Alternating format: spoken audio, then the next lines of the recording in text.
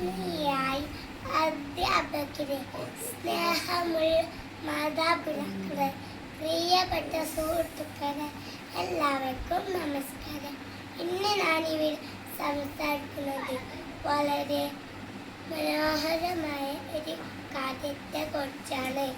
സഹോദരൻ എന്ന വാക്കിലെ കേൾക്കുമ്പോൾ നിങ്ങളുടെ മനസ്സിൽ വരുന്നത് ഒരേ വീട്ടിൽ ജനിച്ച് ചേട്ടനും അനിയനുമായിരിക്കാം. അത് ശരിയാണ്.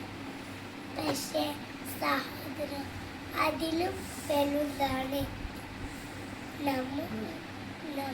നിങ്ങളുടെ ക്ലാസ്സിൽ എത്ര കുട്ടികളുണ്ട്? നമ്മളെല്ലാവരും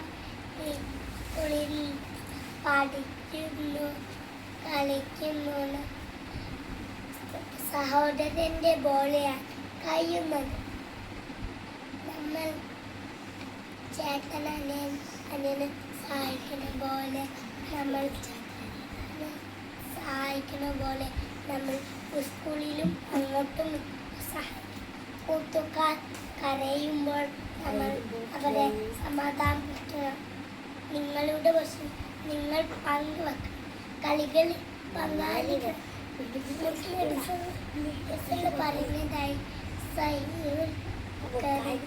റിപ്പോർട്ട് ചെയ്ത ഇങ്ങനെ പറയുന്നു.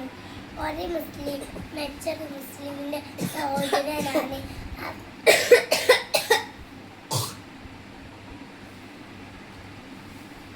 ഒരു മുസ്ലിം മറ്റൊരു